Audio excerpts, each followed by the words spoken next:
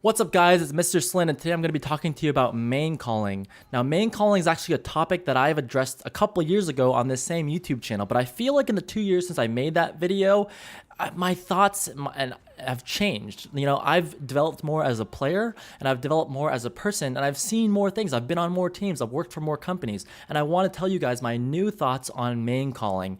And as with any of my videos, I just want to throw this out there that, you know, you're more than welcome to look at the video or listen to the video and take those ideas and incorporate it into your own gameplay, incorporate it into your own teams. But you're also more than welcome to listen to these ideas and go, you know, I don't think this is the greatest idea ever. Or, no, this isn't really how my team works. And that's totally fine too. You know, it's just important to be aware that this is how some people in the world are operating. And just that knowledge alone can make you a better player or a better person. So I'm going to throw my ideas out there and just take it for what it is and go ahead and, you know, like I said, it's either good or bad, whatever it is, but at least, you know, just watch the video all the way through and listen to the idea. But let's just start talking about main calling. So in my mind, when I think about main calling, I think of this one common voice, everyone following this voice and doing the same thing. It's this idea of synergy, right? Is that when couple things come together, when these teams come together and they're all doing the same thing, that they can produce an effect that's greater than the sum of their separate parts. That's what the power of main calling is, that when you have everyone moving in the same direction, doing the same thing, let's say you're attacking and everyone's attacking at the same time, or when you're defending and everyone's defending at the same time, you will get much better results than if everyone's just doing their own thing randomly. So when I think about main calling, I imagine like a snake. I imagine this really long snake, right? And the snake has one head, and the head gets to choose the direction. The head chooses which way the snake is going to turn, and everyone else, the whole body of the snake will follow the head of the snake. The snake just follows the head, and the head leads the way for the rest, and everyone trusts the head of the snake. That's what I think about, and that's what a lot of other people will think about when they think about main calling. And when you look at how companies work in this world, they work a lot the same way, where you'll have like a CEO of the company that's just giving directions to everybody else, that has the master plan for everyone else to execute, right? Or when you think about, you know, football, for example, you have the quarterback who's calling the play and getting everyone on the same page in the huddle. That's what you think about when you think about main calling. But you have to think about the downsides of having one head on your snake as well. You know, the head of the snake, let's say you have a really long snake, the head can only see so much of his own body, right? If you have a really long snake, imagine that snake wrapped around the world. You could not see the entire snake. You can only see what the head can see.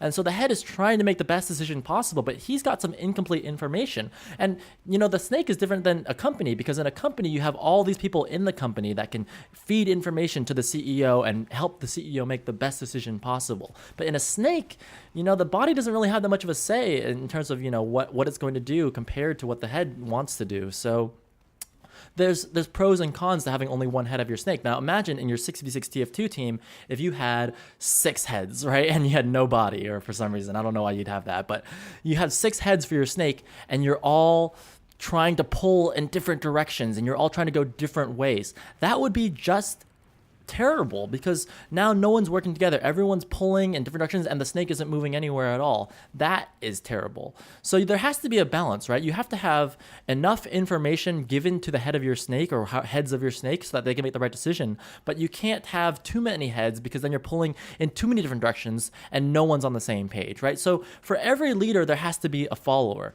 and everyone has to agree to follow the voice. Now, if you have 6 different main callers on your team, it can be difficult to figure out which voice you're going to follow.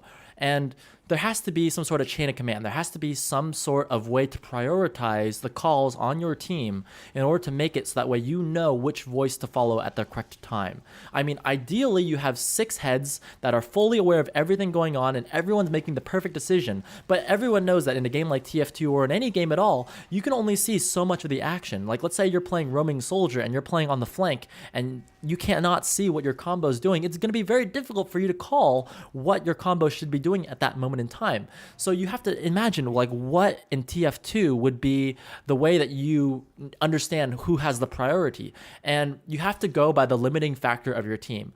See, in TF2, you want all the players to come together and move together in a ball, like a death ball, where everyone's working together and pushing the same lanes and going in the same direction. And the fastest players on the team, which are the scouts and soldiers and demo men, they can rotate very quickly. They can jump around the map and they can move very quickly. The limiting factor on a 6v6 TF2 team is the medic. The medic is the slowest class, assuming that we're playing, standard sixes rules, no quick fix. That's the slowest class out there. So really, on a lot of 6v6 TF2 teams, the main calling is based around someone in the combo, either the medic or the pocket soldier or sometimes even the demo man. The problem with the demo man, though, is that the way that a lot of teams play these days, the demo man's going to play farther behind. He's going to lurk back away from the front lines, and he's not going to be able to peek around those corners and get a lot of the information that you need, which is why these days so many teams have their main callers as the pocket soldier, because the pocket soldier has the most health on the team. Usually he's peeking those corners and he's able to see where the enemy is positioned so that he can make the right decision for the rest of his team to follow.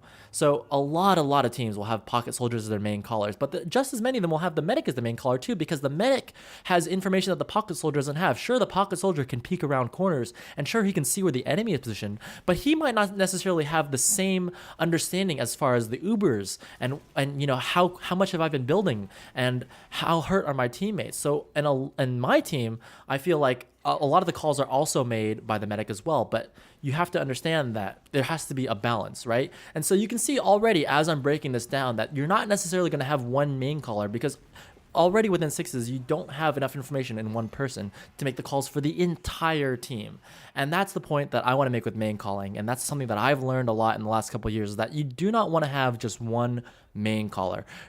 Maybe in the lower level teams, obviously you want to have the most accurate calls possible. And if you have a star player on your team who has better awareness than all the other players combined, or if you have a star player on your team that just really has an understanding of the game that is deeper and fuller than anyone else, or he just has really good awareness that he's always hitting tab and he's keeping track of the numbers and he's keeping track of everything that's going on, then maybe you can have exactly one main caller. But for most teams, you're going to want to have a mix of everything, especially if you have like a pocket scout or people that are playing with your combo very frequently. These people are in positions to make calls a lot of the time. And even if you're playing roaming soldier, you can also make main calls on the flank as well. If, let's say, you spot a good opportunity, you're behind the enemy team and you think you can make a play if your team can help you out there, it's possible for you to make calls as well. But it's all about awareness. Your calls have to be as accurate as possible, because if you have too many people making inaccurate calls with incomplete information, that is when you're really going to screw your team over. So how should you run the main calls on your team? Focus it around the slowest players on your team, your pocket soldier and your medic, but then also allow other people the freedom to make calls as well, to override calls, to say, hey, look, I actually have been keeping track of all these things, and I can see this one piece of information that none of you guys know, then I can make a call. For example, I'm playing scout and I'm on the flank and I look through the flank and I just happen to catch a glimpse of the medic and I see that he's on Kritzkrieg.